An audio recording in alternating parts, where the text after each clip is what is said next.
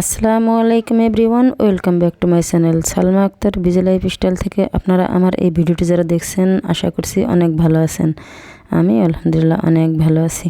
আমি আজকে রান্না করব চিংড়ি মাছ দিয়ে লতি। আমি মাছগুলো আগেই পরিষ্কার করে ধুয়ে কেটে নিয়েছি।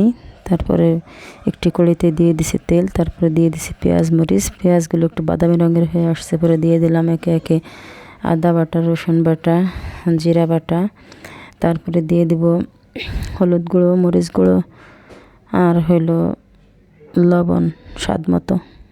এইগুলো দেওয়ার পরে সামান্য একটু পানি দিয়ে দিব, পানি দিয়ে নাড়াচাড়া করব। কিন্তু আমি সেই পানিগুলো অল্প পরিমাণে দিয়েছিলাম, আর আমি মাছের সাথে পানি রেখেছিলাম যাতে একসাথেই দিয়ে দেওয়া যায়। এই যে মাছগুলো দিয়ে সুন্দর করে ভুনে নিয়েছি মাছগুলো।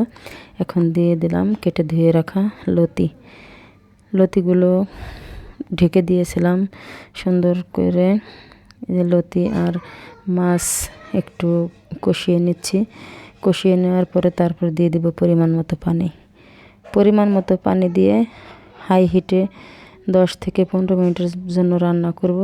তারপরে আপনার এই লতিগুলো যখন সেদ্ধ হয়ে আসবে তখন আমি একটু চুলার আঁচ কমিয়ে দিয়ে হালকা আঁচে রান্না করব।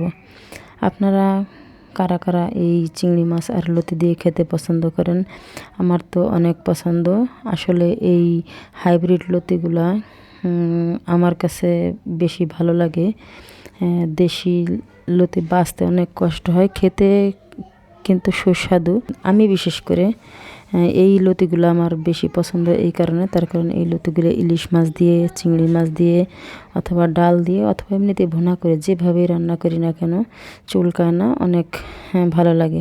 এই যে আমার লতিগুলো প্রায় অনেক সেদ্ধ হয়ে গেছে, এখনও অল্প আঁচে দেব যাতে বাদ বাকি সুন্দরভাবে সেদ্ধ হয়ে যায়। এই যে আমার লতি রান্না প্রায় কমপ্লিট হয়ে গিয়েছে। যে লতিতে তেল উঠে আসছে, একটু পরে নামিয়ে নেব।